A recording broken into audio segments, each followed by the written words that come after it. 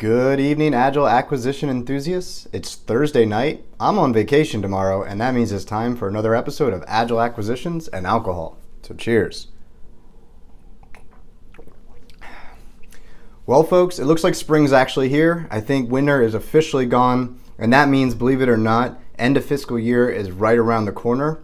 Time to shed those unsightly pounds. No, I'm not talking about getting into a bathing suit. I'm talking about how can we shed the excess fat off our acquisition process. After all, Agile acquisitions is not just about buying Agile development. It's about doing contracts smarter, more efficiently, more effectively. So what are some of the things we've been doing or you could do to try and make your acquisition process more effective? And keep in mind, this isn't just for government folks. This is for industry folks as well. These are suggestions you could be giving in response to RFIs, in industry days, in tech days, industry interactions. Wherever you get an opportunity, you should be pushing for streamlined approaches. It helps you, it saves money, it helps the government get the things they need faster. Everybody wins. So what are your options? Well, of course, you have all of your GWACs. You can look at federal supply schedules, FAR 8.4.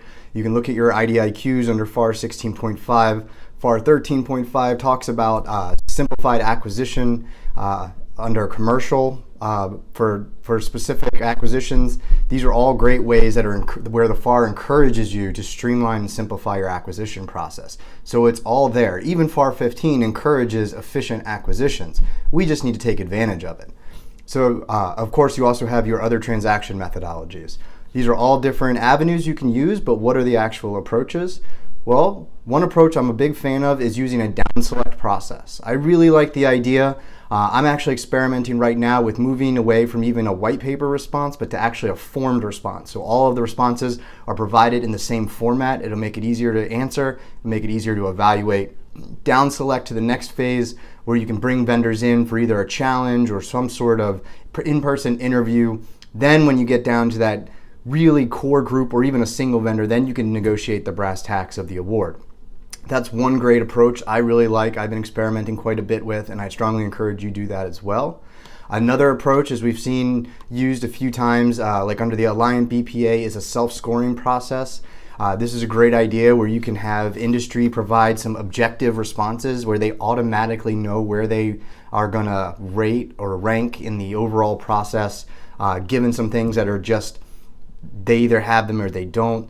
There's some areas that you can ask based on primarily past experience, and I really intend to differentiate between past performance, which is a far prescribed descriptive term, and past experience, which I consider more of like a technical demonstration of capability, as opposed to necessarily a literal government contract, for example.